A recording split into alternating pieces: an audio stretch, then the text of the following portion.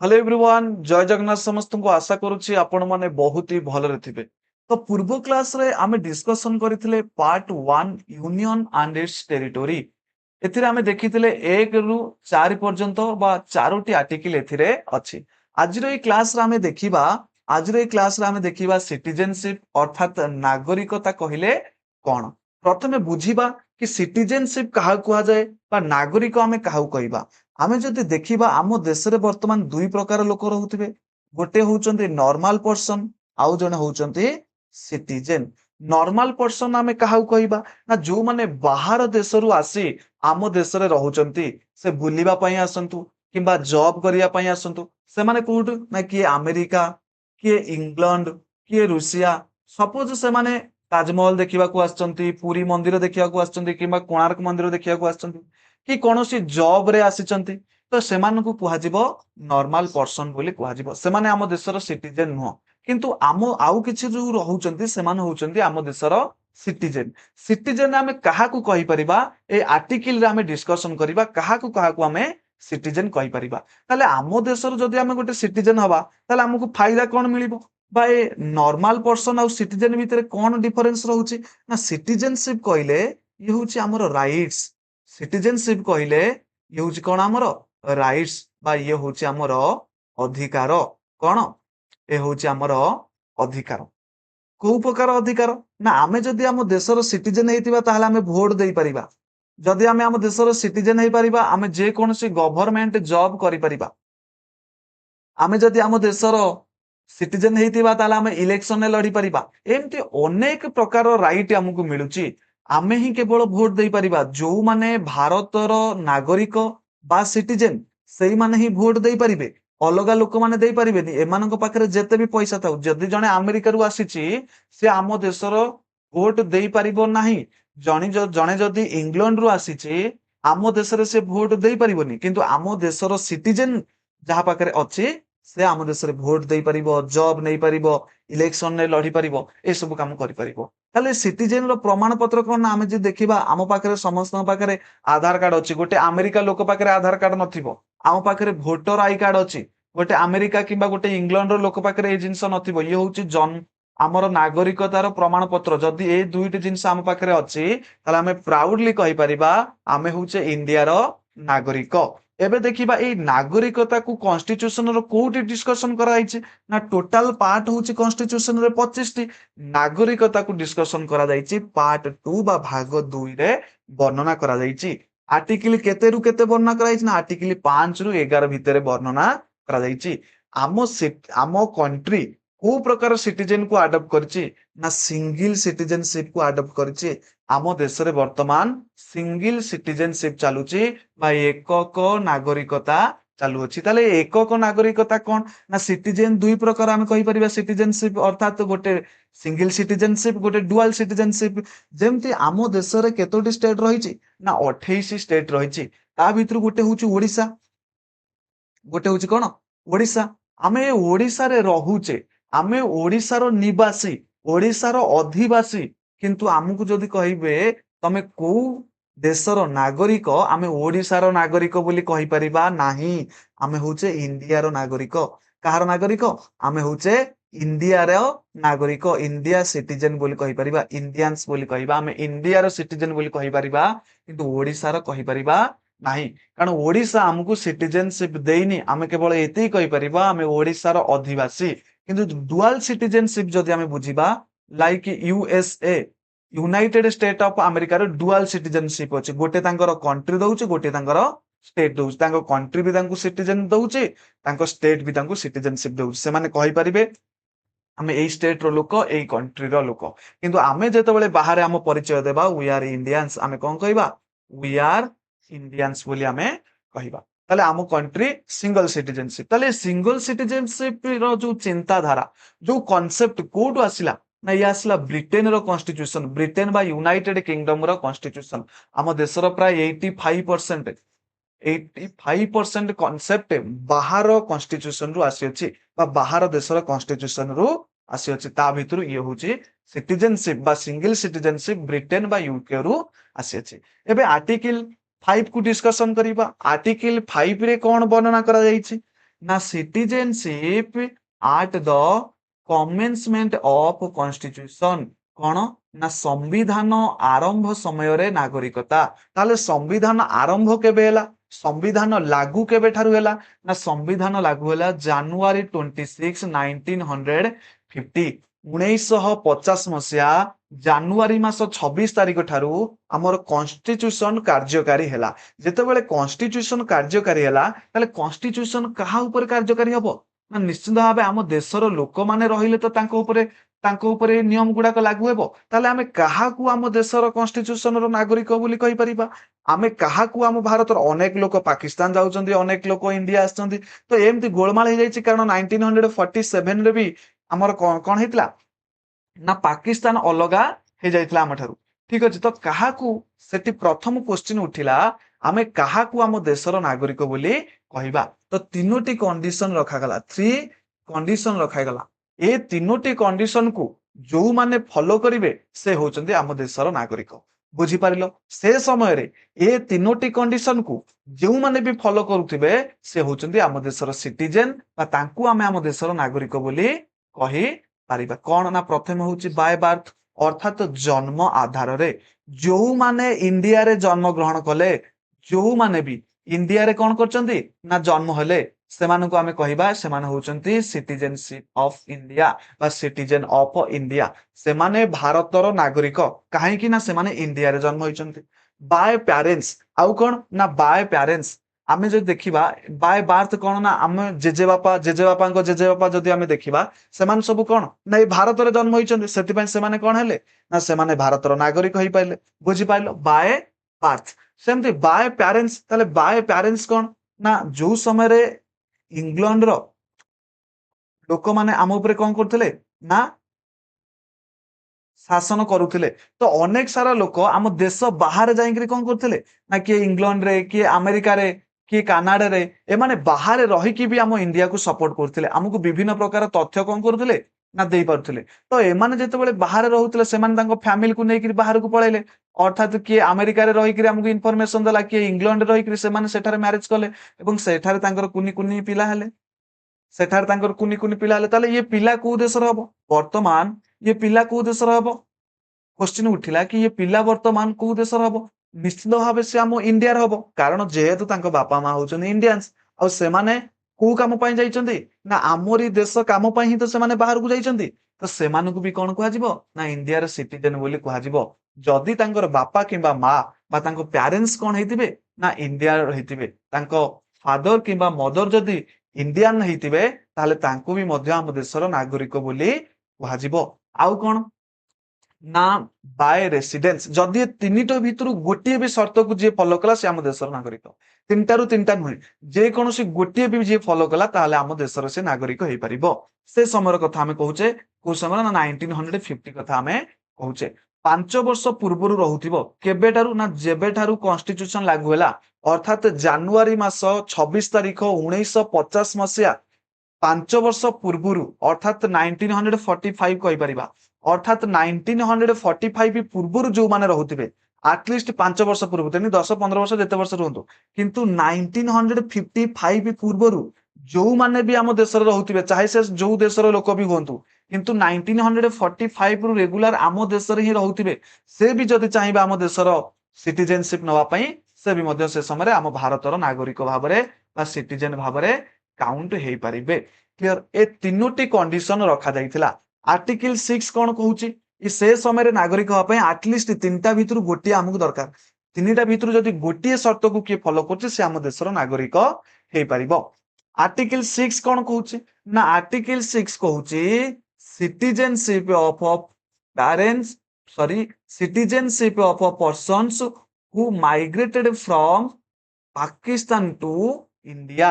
ପାକିସ୍ତାନରୁ ଭାରତକୁ ଆସିଥିବା ଲୋକ, କଣ ନା ଅନେକ ସାରା ଲୋକ ଥିଲେ ଯୋଉମାନେ ପାକିସ୍ତାନରୁ ଇଣ୍ଡିଆକୁ ପଳେଇ ଆସିଥିଲେ। ଏଠି ଦୁଇଟି କଣ୍ଡିସନ ରହିଲା, ଅର୍ଥାତ ଯୋଉମାନେ 19 ଜୁଲାଇ 1948 ପୂର୍ବରୁ ଆସିଥିଲେ, ତ ଠିକ ଅଛି ସେମାନେ ପଳେଇ ଆସିଥିଲେ, ତାଙ୍କର ଆଉ କିଛି ଟେନସନ ନାହିଁ। କଣ ପାଇଁ ଟେନସନ ନାହିଁ ନା 19 ଜୁଲାଇ 1948 ରେ ଗୋଟେ ଲ ପଳେଇ ଆସିଲା, ଗୋଟେ ନିୟମ କରିଦିଆଗଲା, ପରମିଟ ରୁଲ। କଣ କରିଦିଆଗଲା? परमिट रूल अर्थात एबे जदि କୌଣସି ଲୋକ ପାକିସ୍ତାନରୁ ଇଣ୍ଡିଆ ଭିତରକୁ ଆସୁଛି ତାହେଲେ ତାକୁ ପରମିଟ ନବା ପାଇଁ ପଡିବ। ଯୋଉମାନେ ପୂର୍ବରୁ ପଳେଇ ଆସିଛନ୍ତି କିଛି ନାହିଁ ତାଙ୍କର ସେମାନେ ଆମ ଦେଶର ସିଟିଜେନସିପ ହେଇଗଲେ ଆଉ ପରମିଟ ନବାକୁ ପଡିବନି। କିନ୍ତୁ ଏଇ ଯୋଉ ଡେଟ୍ 19 ଜୁଲାଇ 1948 1948 ମସିହା ପରେ ଯୋଉମାନେ ଆସିଲେ ସେମାନଙ୍କୁ ପରମିଟ ନେଇକିରି ଆସିବାକୁ ପଡିବ। ଗୋଟେ ଅଫିସର ରହୁଥିଲେ ତାଙ୍କ ଠାରୁ ପରମିଟ ନେଇକିରି ଆସିବ।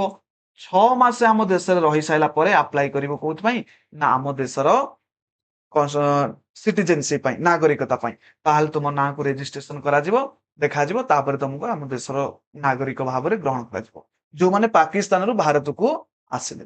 ଆଉ ଅନେକ ଲୋକ ଥିଲେ କଣ ନା ଯୋଉମାନେ ଯୋଉଟାକୁ ଆର୍ଟିକଲ 7 ରେ ଡିସ୍କସନ କରାଯାଉଛି କିଛି ଲୋକମାନେ ଥିଲେ ଯେତେବେଳେ ଦେଖିଲେ 1 ମାର୍ଚ୍ଚ 1947 ଧୀରେ ଧୀରେ ଗୋଟେ ହାୱା ହେଲା କି ଇଣ୍ଡିଆ ପାକିସ୍ତାନ ଅଲଗା ହେଇଯିବ। ତ କିଛି ଲୋକମାନେ ଚାଲାକ ପଡିଲେ କହିଲେ ଆମେ ଆଗତରା କଣ କରିବା ନା ପାକିସ୍ତାନକୁ ପଳେଇବା। ସେଥିପାଇଁ ସେମାନେ ଆଗରୁ କଣ କରିଥିଲେ ନା ପାକିସ୍ତାନକୁ ପଳେଇଲେ କିନ୍ତୁ ପାକିସ୍ତାନ ପଳେଇଲେ ଦେଶ ବିଭାଜନ ହେଇଗଲା। ଦେଖିଲେ ଯେତେବେଳେ ସେତେବେଳେ ମରା କଟା ହଣା ଚାଲିଲା ତାଙ୍କ ଉପରେ ବହୁତ ପ୍ରକାର ଅନ୍ୟାୟ ଅତ୍ୟାଚାର କରାଗଲା। ସେମାନେ ଆଉ ସହିପାଇଲେନି। ସେମାନେ କହିଲେ ଆମେ ପୁଣି କଣ କରିବୁ ନା ଇଣ୍ଡିଆକୁ ପଳେଇ ଆସିବୁ। ଠିକ ଅଛି ତାହେଲେ ସେମାନଙ୍କୁ ରଖିବା ପାଇଁ ବି ମଧ୍ୟ ଚିନ୍ତା କରାଗଲା। କଣ କରାଗଲା ରୁଲ ନା citizenship of a person who ମାଇଗ୍ରେଟେଡ two Pakistan ଅର୍ଥାତ ଯୋଉମାନେ ପାକିସ୍ତାନକୁ ପଳାଇଥିଲେ ପାକିସ୍ତାନକୁ ଯାଇଥିବା ବ୍ୟକ୍ତିଙ୍କ ନାଗରିକତା ସେମାନେ ଯାଇଥିଲେ କୋଉଠିକି ପାକିସ୍ତାନକୁ ବର୍ତ୍ତମାନ ଚାହୁଁଛନ୍ତି ଆସିବାକୁ କୋଉଠି ଇଣ୍ଡିଆକୁ। ଇଣ୍ଡିଆ ତାଙ୍କୁ ରଖିଲା। ଇଣ୍ଡିଆ କେବେ ତାଙ୍କୁ ମନା କଲାନି। କଣ ପାଇଁ ନା ଇଣ୍ଡିଆର ରୁଲ ହିଁ ହଉଛି ବସୁଧୈବ କୁଟୁମ୍ବକମ୍ ସମସ୍ତଙ୍କୁ ରଖିବା। ସେକେଣ୍ଡ କଥା ଜଣେ ଯଦି ଜାଣିନି ଭୁଲରେ ପଳେଇଛି ଅର୍ଥାତ ସେ ଭାବିଥିଲା ସେଠି ରହିଲେ ଭଲେ ରହିବ ପାକିସ୍ତାନରେ କିନ୍ତୁ ସେଠି ଯେତେବେଳେ ତା ଉପରେ ବହୁତ ପ୍ରକାର ଅନ୍ୟାୟ ଅତ୍ୟାଚାର କରାଗଲା ତ ସେ ଚିନ୍ତା କଲା କଣ କି ନାଇଁ ଏଇ ପାକିସ୍ତାନରେ ମୁଁ ଆଉ ରହିବିନି ମୁଁ ବର୍ତ୍ତମାନ କୋଉଠି ପଳେଇବି ଇଣ୍ଡିଆକୁ ପଳେଇବି। ସେଥିପାଇଁ ଇଣ୍ଡିଆର ଲୋକମାନେ ତାଙ୍କୁ ବି କଣ କଲେ ଆକ୍ସେପ୍ଟ କଲେ କିନ୍ତୁ କହିଲେ କଣ ନା ଆଟଲିଷ୍ଟ ତମକୁ 6 ମାସ ୱେଟ୍ କରିବାକୁ ପଡିବ। 6 ମାସ ୱେଟ୍ କର ତାପରେ ରେଜିଷ୍ଟ୍ରେସନ କର ତମକୁ ବି ମଧ୍ୟ ଭାରତର ନାଗରିକତା ଭାବରେ ଗ୍ରହଣ କରାଯିବ ବା ଭାରତର ନାଗରିକ ଭାବରେ ଗ୍ରହଣ କରାଯିବ। ବର୍ତ୍ତମାନ ଯଦି ଦେଖିବା ଇଏ କଣ ନା ସେ ସମୟର ଅବସ୍ଥାକୁ ଦେଖିକିରି ଏ ପ୍ରକାର ସବୁ ଆର୍ଟିକିଲ ଲେଖା ଯାଇଥିଲା। ବର୍ତ୍ତମାନ ଏଥିରେ ନଟ୍ ଇମ୍ପୋର୍ଟାଣ୍ଟ ଏନ୍ଆଇ ବର୍ତ୍ତମାନ ଏହା କୌଣସି ଏକ୍ସାମରେ ମଧ୍ୟ ଆସୁନାହିଁ। ସେଥିପାଇଁ ଆ ଉପରେ ଏତେ ଧ୍ୟାନ ଦେବା ଦରକାର ନାହିଁ।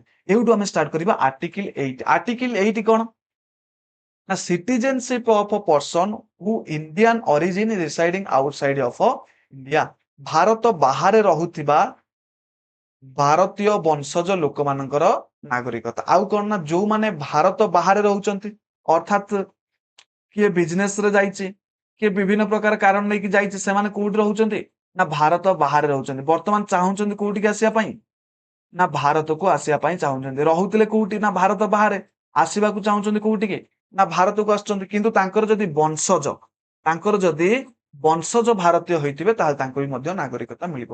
ଆଇଦର ତାଙ୍କ ମାତା କିମ୍ବା ପିତା ଯଦି ଭାରତୀୟ ହେଇଥିବେ ତାହେଲେ ତାଙ୍କୁ କଣ ମିଳିପାରିବ ନା ନାଗରିକତା ମିଳିପାରିବ। କିନ୍ତୁ ଜନ୍ମ ହୋଇଛନ୍ତି କୋଉଠି ନା ଏଇଟା ଗୋଟେ ରିସେଣ୍ଟଲି ହେଇଥିଲା କଣ ଯାହା ଯେତେବେଳେ ସେଫ ଅଲି ଖାନ ଆଉ କ୍ୟାଟ୍ରିନାର ଜନ୍ମ ହେଇଥିଲା ତାଙ୍କର ପୁଅ କୋଉଠି ଜନ୍ମ ହେଇଥିଲା ନା ଇଂଲଣ୍ଡରେ ଜନ୍ମ ହେଇଥିଲା। ତ ସେ ଜନ୍ମ ହେଇଛି କୋଉଠି ନା ଇଂଲଣ୍ଡରେ। ତାହେଲେ ସେ କଣ ଇଂଲଣ୍ଡର ପିଲା କି ନାଇଁ ସେ ଆମ ଇଣ୍ଡିଆର ପିଲା। ସେଥିପାଇଁ କଣ ନା କାରଣ ତାଙ୍କ ବଂଶଜ ତାଙ୍କ ବାପା ତାଙ୍କ ମା ସେମାନେ ହଉଛନ୍ତି କଣ ଭାରତର ଲୋକ। ସେ ଇଂଲଣ୍ଡରେ ଜନ୍ମ ହେଲେ ବି ସେ କାହାର ନା ଇଣ୍ଡିଆର ସିଟିଜେନସିପ ନେଇ ପାରିବେ। ଏ କହୁଛି କି ନା ଆର୍ଟିକିଲ 8 ରେ ବର୍ଣ୍ଣନା କରାଯାଇଛି। ଆର୍ଟିକିଲ 9 ଦେଖିବା କଣ ନା person voluntary acquiring the foreign citizen not be citizens କଣ କୁହାଉଛି ସିଟିଜେନ ନଟ୍ ବି ସିଟିଜେନ ବିଦେଶୀ ନାଗରିକତାକୁ ଗ୍ରହଣ କରିଥିବା ବ୍ୟକ୍ତି ଭାରତୀୟ ନାଗରିକ ନୁହେଁ। କୌଣସି ଲୋକ କଣ କଲା ନା ସପୋଜ ଇଏ ହଉଛି ଇଂଲଣ୍ଡ ଦେଶର ନାଗରିକ ହେଇଗଲା। କଣ ହେଇଗଲା ନା ଇଂଲଣ୍ଡ ଦେଶର ନାଗରିକ ହେଇଗଲା। ସିଏ ଆଉ ଭାରତରେ ଏଣ୍ଟ୍ରି ନାହିଁ ତାର ଆଉ ଭାରତରେ କଣ ନାହିଁ ଏଣ୍ଟ୍ରି ନାହିଁ। ଭାରତରେ ଆଉ ତାକୁ ନାଗରିକ ବୋଲି ଗ୍ରହଣ କରାଯିବନି କାରଣ ଭାରତରେ ଡୁଆଲ ସିଟିଜେନ ନାହିଁ ସିଙ୍ଗଲ ସିଟିଜେନ। ବୁଝିପାରିଲ ଯଦି କୌଣସି ଦେଶର ତୁମେ ସିଟିଜେନସିପ ନେଇଗଲ ତାହେଲେ ଅଟୋମେଟିକ ଭାବରେ ତମକୁ ଭାରତରୁ କାଟି ଦିଆଯିବ। ଭାରତର ନାଗରିକ ଭାବରେ ତମକୁ ଆଉ ଗ୍ରହଣ କରାଯିବନି। ତମେ ଆଉ ଆସି ଭାରତରେ ଭୋଟ ଦେଇପାରିବନି ଆଉ ଆସି ଭାରତରେ ଇଲେକ୍ସନ ଲଢି ପାରିବନି। ନାଗରିକଙ୍କୁ ଯୋଉ ଯୋଉ ଅଧିକାର ମିଳୁଛି ସେଗୁଡାକ ତମର ସବୁ ଗଲା। କ୍ଲିୟର ଆର୍ଟିକଲ 9 ଗଲା। 10 କଣ କହୁଛି ନା କଣ୍ଟିନ୍ୟୁଅସ ବୁଝିପାରିଲ କଣ୍ଟିନ୍ୟୁଅନ୍ସ ଅଫ ସିଟିଜେନସିପ ରାଇଟ୍ସ ନାଗରିକତା ଅଧିକାର ଅବ୍ୟାହତ ରହିବ। କଣ ନା ଆମ ସିଟିଜେନସିପ କୁ କେହି ହେଲେ ନେଇପାରିବେ ନାହିଁ। आम सिटीजनशिप को कही हेले नहीं पारे जदि एटा रखागला कौन पाई सपोज इमेजिन कर जदि सरकार चाहिए आम सिटीजनशिप नहीं जाइथा ताले कौन होता ना पूरा पूरी किंग शासन चलता कौन चलता किंग शासन चलता जिते सब अपोजिशन रे रहिले जिते सब सपोज वर्तमान कौन ओछा अच्छी रूलिंग पार्टी रे किए अच्छी ना बीजेपी अच्छी बीजेपी कौन करिवो ना कांग्रेस रो जेतिक नेता मान रहिले तांकर सिटीजनशिप को ही नहीं जीवो सिटीजनशिप तांकर जदि नहीं गला ताल से माने इलेक्शन लड़ी ही परिबेनी कॉन्स्टिट्यूशन कहूचे तो सेति पई कंटिन्यूअन्स ऑफ सिटीजनशिप राइट्स कोड रहिला ना आर्टिकल 10 रहिला आम नागरिकता कहीं छड़े नहीं पारिबे नाही किंतु जदि कोनोसी लोक देश विरोधी काम कला कोनोसी लोक तार मानसिकता भारसाम्य हरैला ए क्षेत्र रे कोन हे जिवो तांको सिटीजनशिप को निया जाई पारिबो किंतु सेम तिरे तार सिटीजनशिप को निया जाई पारिबो नाही ये कहूची आर्टिकल 10 आर्टिकल 11 कोन कहूची ना पार्लियामेंट पावर टू रेगुलेट अर्थात से समय जदि आमे देखिबा से समय किछि भी रूल रेगुलेशन आर्टिकल आम पई तयारी करा जाई नथिला आम पई तयारी करा जाई नथिला कारण आमे किपरि भाबे नागरिक हवा किछि भी सेठी कुआ जाई नाही क्लियर पार्लियामेंट कोन कला ना से समय जो लोकमान रहितले पार्लियामेंट एटी सॉरी ए कॉन्स्टिट्यूशन कोन कला ना आर्टिकल 11 रे पार्लियामेंट से पावर टू रेगुलेट सिटीजनशिप किपरि भाबरे आगु को सिटीजनशिप मिलिबो ए पावर टा कहा को दे दिया गला ना संसद को दिया गला संसद जो परि भाबरे चाहिबो लोक मान को सिटीजन कराई परिबो एटा दे दिया गला संसद को तापर कोन करा गला ना संसद कोन कला ना 1955 रे गोटे सिटीजनशिप एक्ट आनिला अर्थात 1955 रे कहला किपरि भाबरे जणे भारतर नागरिक हेई परिबो बा सिटीजन हेई परिबो आमे डिस्कशन कर दबा टिके रिवीजन आर्टिकल 5 रे कोन कहा गला ना अर्थात आरंभ हैला कॉन्स्टिट्यूशन रो आरंभ हैला कहा कहा को आमे नागरिकता करबा सेटा डिस्कशन करा गला आर्टिकल 6 रे पाकिस्तान जो माने इंडिया को आसिले परमिट नै करी ता विषय डिस्कशन करा गला आर्टिकल 7 रे इंडिया रु जाई करी पाकिस्तान ने थले पूनी पाकिस्तान रु इंडिया को रिटर्न कले तांको पई रहिला आर्टिकल 8 रे कोन रहिला ना विदेश जो माने विदेश रे जन्म ग्रहण कले से माने किपरि भाबरे हमर हेई परिबे नागरिक आम देश नागरिक हेई परिबे आर्टिकल 9 रे not allowed dual citizenship allow नै जणे जदी कोन अलगा देशर सिटीजनशिप नउची आम देशर सिटीजनशिप ऑटोमेटिक कटि जिवो आर्टिकल 10 कहूची नागरिकता अब्याहत अर्थात सेमति कोन रहिबो नागरिकता कंटिन्यूस हबो कि नागरिकता को छड़े नहीं पारिबे नाही आर्टिकल 11 रे कोन करची ना पावर दोची पार्लियामेंट को कोन करची ना पावर दोची सिटीजनशिप ऊपर कोनोसी निष्पत्ति नबार पावर कहार रहिची ना पार्लियामेंट रो रहिची तो सिटीजनशिप एक्ट 1955 मन रखिबार ट्रिक होची ब्रांड कोन BRAND ब्रांड ए जो एक्ट आसीथिला एथिरे पांचोटी शर्त रखा जाइतिला पांचोटी कंडीशन रखा जाइतिला यही कंडीशन रे यही पांचोटी कंडीशन द्वारा आमे काहाकू भारतर सिटीजन बोली कहि परिबा इंडिया रो सिटीजन बोली कहि परिबा केमिति कहि परिबा ना बाय बर्थ जन्म आधार रे जे भी आम भारत रे जन्म हेले से माने होचंती आम भारत रो नागरिक ये गोटे सबुठारु कहिबा गले बेकार कानून थिला अर्थात बेकार रूल थिला बोली आमे कहि परिबा कोन पई ना कोन हला ना आरो प्रॉब्लम विभिन्न प्रकार भाला सपोज कि पाकिस्तान रो लोक से समय जो महिला माने प्रेग्नेंट थिला से माने को भलिया लुचिला चिकरी कोन हेले ना इंडिया को पळे आसिले आ इंडिया रे आसे तांकर पिला जन्म कले ताले से पिला कोन हे जिवो ना इंडिया रो नागरिक होई जिवो आ परवर्ती समय से पूरा आतंकवादी हेगिरी विभिन्न प्रकार प्रॉब्लम क्रिएट करे तो ए प्रकार प्रॉब्लम सब देखिबा को मिलिला तो गवर्नमेंट मुंडे रे सोटू चिंता पसिला गवर्नमेंट कोन कला ना गवर्नमेंट आठे परिवर्तन आनिला गवर्नमेंट कोन आनला ना आठे परिवर्तन आनला केबे ना 1986 अमेंडमेंट करिकरी आनला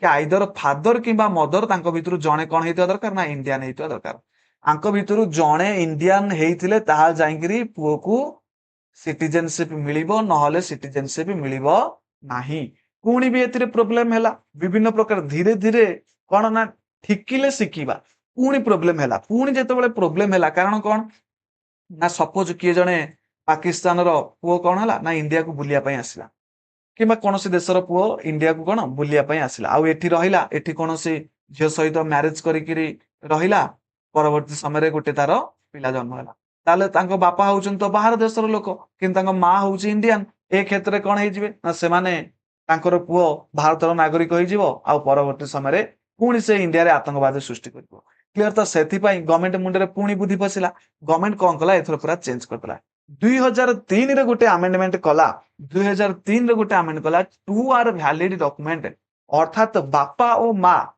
दी जनकर डॉक्यूमेंट भैलिड हेतुआ दरकार सेमिति नुह कि जने पाठ पढ़िया पई आसिला इंग्लैंड रु पाठ पढ़िया पई आसिला कि पाकिस्तान रु पाठ पढ़िया पई आसिला बुलिया को आसला एठी कोन हेगला बापा हेगला बुझी पारछो बुलिया पई आसला आ एठी कोन हेगला बापा हेगला आ ता पुओ को कोन करा जिवो ना इंडिया रो सिटीजनशिप मिलिबो ए जिंस आ हेई परिबोनी दुई जन को डॉक्यूमेंट कोन हेइतवा दरकार ना वैलिड हेइतवा दरकार ताहाले जाईंकरी ताकू सिटीजनशिप मिलिबो किंतु आटे सबुटु इंपोर्टेंट जिंस मन रखिया जिंस होची 1986 सिटीजनशिप एक्ट रे प्रथम अमेंडमेंट केबे हेइतला ना 1986 रे हेइतला क्लियर देन कोन अर्थात बाथ द्वारा हमें कोन करि परिबा काहाकू आम देशर सिटीजन रूपे ग्रहण करि परिबा बाय रेजिस्ट्रेशन बी आर गला ब्रांड बी रे गला बार्थ आर रे गला रेजिस्ट्रेशन रेजिस्ट्रेशन कौन ना सपोज कौन सी देशर लोक एठाकू आसला बुलिया पई कि कोणार्क मंदिर देखिया पई आसला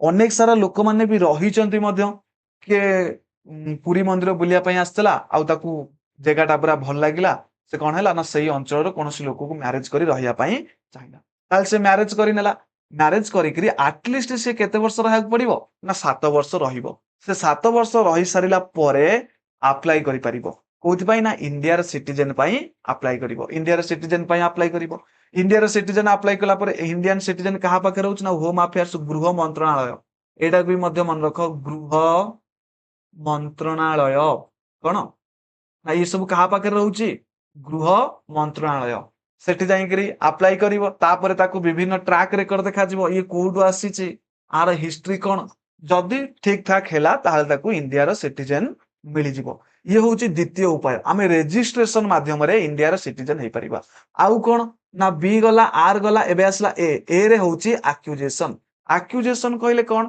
ना सपोज आमो देश आउ को देश को ता निज अंडर को नै आसला जेमती 16 मे केबे 16 मे 1975 रे सिक्किम सिक्किम गोटे आगुर अलग देश थिला किंतु 16 मे 1975 रे सेटा आमो देश रे मिसी गला जेहेतु आम देशर मिसी गला ताले ऑटोमेटिक तांको देशर लोक माने कोन हे गले आम देशर लोक हे गले अर्थात अन्य देश को अख्तियार करिनेले भी तांको देशर जो नागरिक माने थेबे से माने ऑटोमेटिक आम देशर नागरिक हे जिवे देन देखिबा कोन ना बी गला आर गला ए गला एबे देखिबा एन होची नेचुरलाइजेशन अर्थात देशीकरण कोनोसी लोक जहार भलो आर्ट रहउची किबा साइंस रे नॉलेज अछि एटलिस्ट ताकू गोटे लैंग्वेज शिखिया को पड़िबो कौन ना से आम देश रे रहिया पई चाहूची तार भलो कला अछि से भलो गीत गांती किबा भलो नाचंती किबा भलो खेलाली जे कोनोसी किबा वैज्ञानिक श्रेणी लोक माने जने वैज्ञानिक से आम देशर गोटे लैंग्वेज आम देशर जो 22 टी ऑफिशियल लैंग्वेज रहिछि 22 टी ऑफिशियल लैंग्वेज रु एटलिस्ट तांकू गोटे लैंग्वेज शिखिया पई पड़िबो आ से जदी गोटे लैंग्वेज को शिखि जाउचंती आ आम देश रे 10 वर्ष पर्यंत रहुचंती ताहाल तांकू सिटीजनशिप मिल परिबो केते वर्ष पर्यंत ना 10 वर्ष पर्यंत जदी रहुचन ताहाल तांकू सिटीजनशिप मिल परिबो आउ कोन ना बाय डिसेंट कहले कोन अर्थात वंशज जदी कोनोसी लोकर वंश आम देशर हेइथिबो अर्थात जणे जेमति जाई कहली कैटरीना उसेफ अली को समय जो घटितला तांकर पुओ जन्म होला कोउटी ना इंग्लैंड रे जन्म होला तांको पुओ कोउटी जन्म होला ना तांको पुओ जन्म होला इंग्लैंड रे पुओ कोउटी जन्म होला ना इंग्लैंड रे जन्म होला ताले से कोन इंग्लैंड रो लोक हिजिबो कि ना कारण तांको वंश होउचंदी कार ना आम देश लोक तांको पिता होउचंदी कोन आम देश प्रथमे थिला पिता प्रथमे कोन थिला ना पिता 1955 रे थिला पिता जदी जनकर बापा भारतीय होइतिबे ताहाले जाईकरी तांको ग्रहण करा जिवो परवर्ती समय रे वुमेन माने प्रोटेस्ट कले कि आमुक कॉन्स्टिट्यूशन रे समस्त को समान बोली कहा जायछि जदि कहार माता भी मध्य इंडियन होइतिबो ताहाल ताकू भी मध्य ग्रहण करा जिवो 1992 अमेंडमेंट रे कुहा गला आइदर फादर किबा मदर 1902 रे कुहा गला क्लियर 1900 एटा मन रखिबो 1992 रे कुहा गला आइदर फादर होंत कि मदर जदि जणे भी के इंडियन होचंदी ताहाले तांको पुओ जोउटी भी जन्म होइताउ किबा झियो जोउटी भी जन्म होइताउ ताहाले आमे तांको कोन कहि परिबा ना आम देशर नागरिक बोली कहि परिबा जेमति सानिया मिर्जा क्षेत्र रे हितला सानिया मिर्जा को स्वामी होचंदी कोन पाकिस्तान रो सानिया मिर्जा को स्वामी होची पाकिस्तान रो जदी तांको पुओ किबा झियो ଯଦି ଏଇ ରୁଲ ରେଗୁଲେସନ ଥାନ୍ତା ତାହେଲେ ତାଙ୍କ ପୁଅ ଝିଅ କଣ ଆମ ଦେଶର ନାଗରିକ ହେଇପାରିନଥାନ୍ତେ, କାରଣ ତାଙ୍କ ବାପା ହଉଛନ୍ତି ପାକିସ୍ତାନର।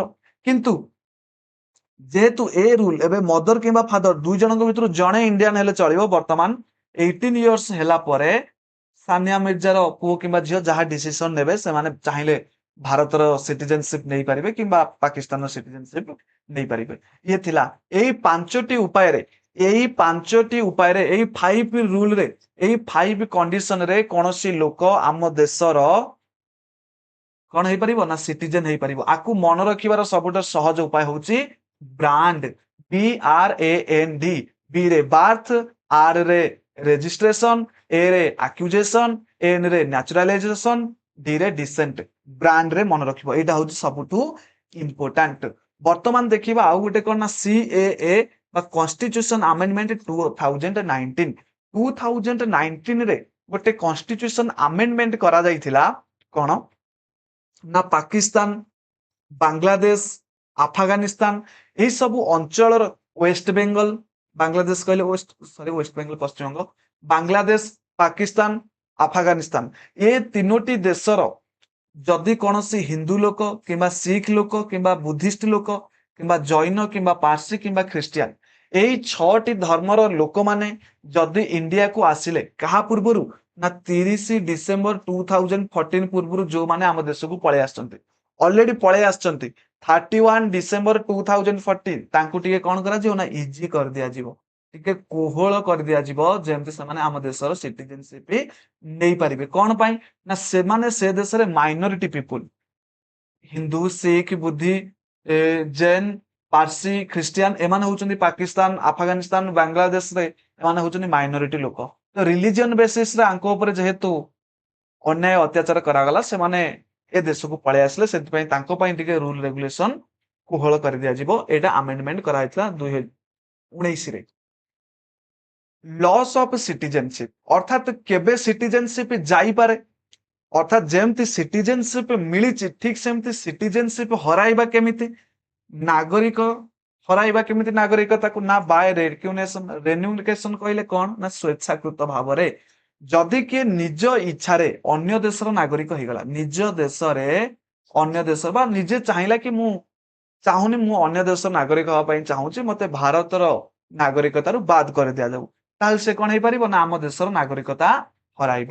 ବାୟ ଟର୍ମିନେସନ, ଯଦି କିଏ ଲୁଚିକି ପଳଉଛି ଆମେରିକା, ଇଂଲଣ୍ଡ ଆଉ ସେଠାରେ ରହିକିରି ଅନ୍ୟ ଦେଶର କଣ ନେଉଛି ନା ସିଟିଜେନସିପ ନଉଛି, ଯେମିତି ବିଜୟ ମାଲ୍ୟା କେସ ରହିଥିଲା, ସେମାନେ ବାହାରକୁ ପଳେଇଲେ, ସେମାନେ ସେ ଦେଶରେ ସିଟିଜେନସିପ ନେଇଗଲେ, ତ ବାୟ ଟର୍ମିନେସନ ରେ ଆପେ ଆପେ କଣ ହେଇଯିବ ନା ତାଙ୍କର ଆମ ଦେଶର ନାଗରିକତାରୁ ବାତିଲ ହେଇଯିବ, ଆମ ଦେଶର ସିଟିଜେନସିପ ରୁ ତାଙ୍କ ନାଁ କଟିଯିବ। ବାୟ ଡେପ୍ରିଭେସନ, ବାୟ ଡେପ୍ରିଭେସନ ଯେମିତି ଟେରରିଜିମ, ଆମେ କୌଣସି ଏମିତି କାମ କରିବା ଯାହା ଦେଶ ବିରୋଧରେ ଥିବ, ଆମେ ଆମ ଦେଶରେ ଥାଇ ବାହାର ଶତ୍ରୁକୁ ହେଲ୍ପ କରିବା, ଆମ ଦେଶରେ ବିଭିନ୍ନ ପ୍ରକାର ଖରାପ କାମ କରିବା ପାଇଁ, ଏ ପ୍ରକାର ଏ ପ୍ରକାର ଘଟଣାରେ ଆମର ନାଗରିକତା ନିଶ୍ଚିତ ଭାବରେ ଆମେ ହରାଇବା। କ୍ଲିୟର? ଆଶା କରୁଛି ଆପଣଙ୍କୁ ଏ ଭିଡିଓଟି ଭଲ ଲାଗିଥିବ। ଯଦି ଭିଡିଓଟି ଭଲ ଲାଗିଥିବ ତାହେଲେ ନିଶ୍ଚିତ ଭାବରେ ଭିଡିଓକୁ ଲାଇକ୍ କରିବେ, ଚ୍ୟାନେଲକୁ ସବସ୍କ୍ରାଇବ କରିବେ। ଜୟ ଜଗନ୍ନାଥ।